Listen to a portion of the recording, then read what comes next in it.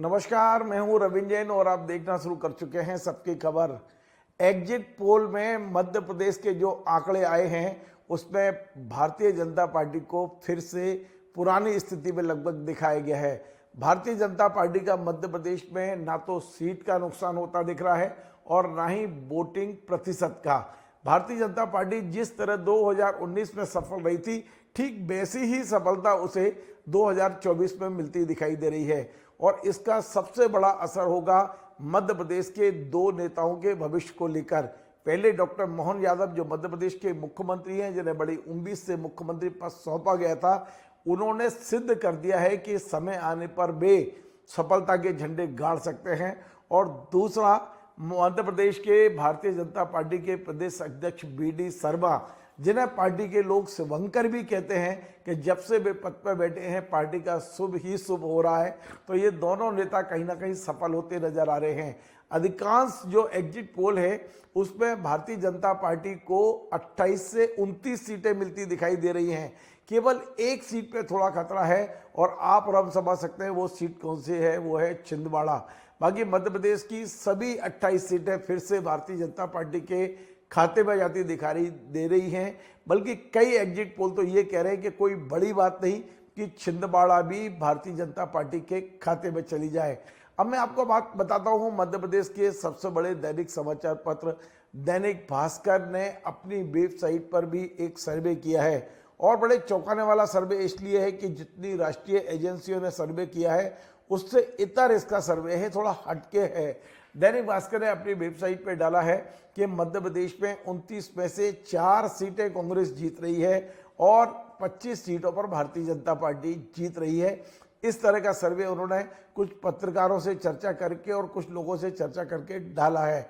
मैं आपको बता दूं, भास्कर ने जो संकेत दिया है, उन्होंने कहा है कि एक सीट महाकौशल में कांग्रेस के हाथ लग रही है और निश्चित तौर पर महाकौशल में आप चारों तरफ नजर गड़ाएंगे तो केवल छिंदवाड़ा सीट है जिस पर निश्चित तौर पे कमलनाथ जी के बेटे निकुलनाथ जीतते दिखाई दे रहे हैं।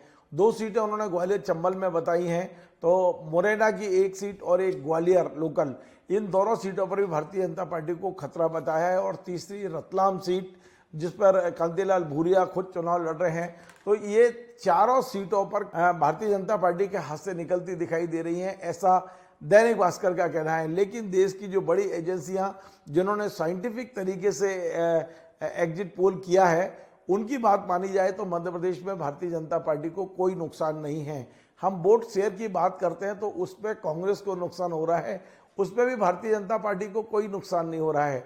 2019 में मध्य प्रदेश में लोकसभा चुनाव में भारतीय जनता पार्टी के खाते में 58% वोट आए थे और कांग्रेस के खाते में 37%।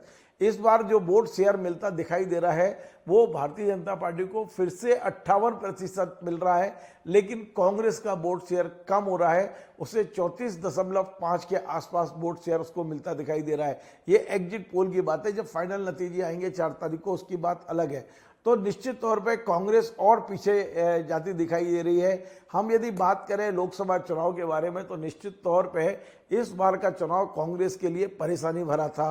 वो इसलिए कि चुनाव से जस्ट पहले कमलनाथ जी ने अध्यक्ष पद से इस्तीफा दिया था, जीतू पटवारी की नियुक्ति हुई थी, जीतू पटवारी अपनी टीम नहीं बना पाए थे, कांग्रेस के पास पैसा नहीं था, कांग्रेस के पास टीम नहीं थी, कांग्रेस के पास में कोई नेता नहीं था, कोई रणनीति नहीं थी। दिग्विजय सिंह अपने क्षेत्र में फंस गए थे। कमलनाथ जी ने छिंदवाड़ा से बाहर केवल बैतूल में एक दिन प्रचार किया, उसके बाद में बाहर चले गए। सुरेश पचौरी एंड टाइम पर पार्टी छोड़कर चले गए। अरुण यादव जी जहाँ जहाँ उनको भेजा गया, क्योंकि उनके खुद के क्षेत्र में उनका विरोध था, लेकिन कई क्षेत्रों में वे गए, जो मेहनत कर सकते थे उन्होंने की। लेकिन कुल मिला के कांग्रेस ने जिस परिस्थिति में चुनाव लड़ा, निश्चित तौर पर यह परिणाम बिल्कुल उम्मीद ऐसा ही लग रहा था कि शायद यही होगा। यद्यपि मैंने जैसा बताया कि कुछ पत्रकार, कुछ जो पॉलिटिकल विशेषज्ञ वो आज भी मानते हैं कि कम से कम 3 से 4 सीटें कांग्रेस के खाते में जा सकती हैं। लेकिन अब जिस तरह के रिजल्ट आए हैं, जिस तरह के क्षमा चाहता हूं, जिस तरह के एग्जिट पोल आए हैं, उससे तो अब ये लगता है कि मध्य प्रदेश में कांग्रेस का कोई ज़्यादा भला हुआ नहीं है। कांग्रेस पुरानी स्थिति में ही रही है, जैसी 2019 की स्थिति थी उसी स्थिति में रही है कांग्रेस। मध्य प्रदेश में अब ये तय हो गया है कि विधानसभा और लोकसभा का जो चुनाव है बिल्कुल अलग अलग पैटर्न पे होता है। 2018 में जिस मतदाताओं ने कांग्रेस को सत्ता में पहुंचाया था, 2019 में उन्होंने कांग्रेस को एक तरह से बहुत बड़े अंतर से हराया था।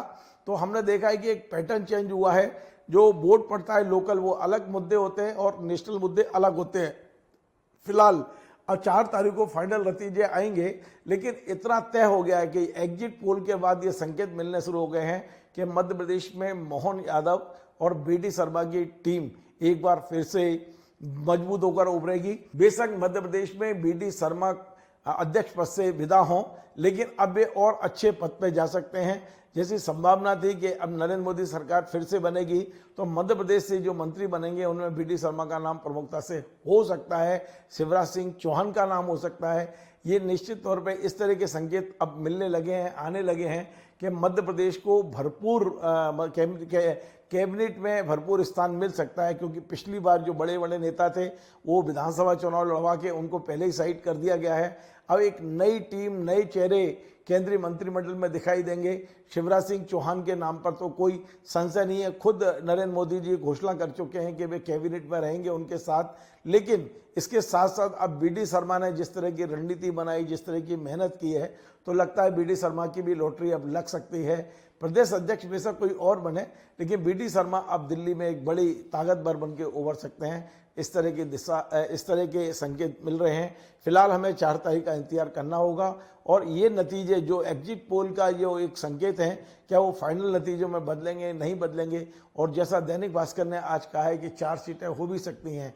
यदि ऐसा होता है तो निश्चित तौर पर भारतीय जनता पार्टी के लिए झटका होगा, लेकिन इसकी उम्मीद बहुत कम है। हमने कई चैनल से पता लगाने की कोशिश की है। हमने इसके पहले भी आपने देखा होगा एक सट्टे बाजार की खबर हमने बनाई थी, उसमें भी हमने बताया था कि मध्य प्रदेश में 28 से 29 सीटें बीजेपी के खाते में जाती दिखाई दे रही हैं और आज एग्जिट पोल भी लगभग उसी दिशा में संकेत दे रहे हैं।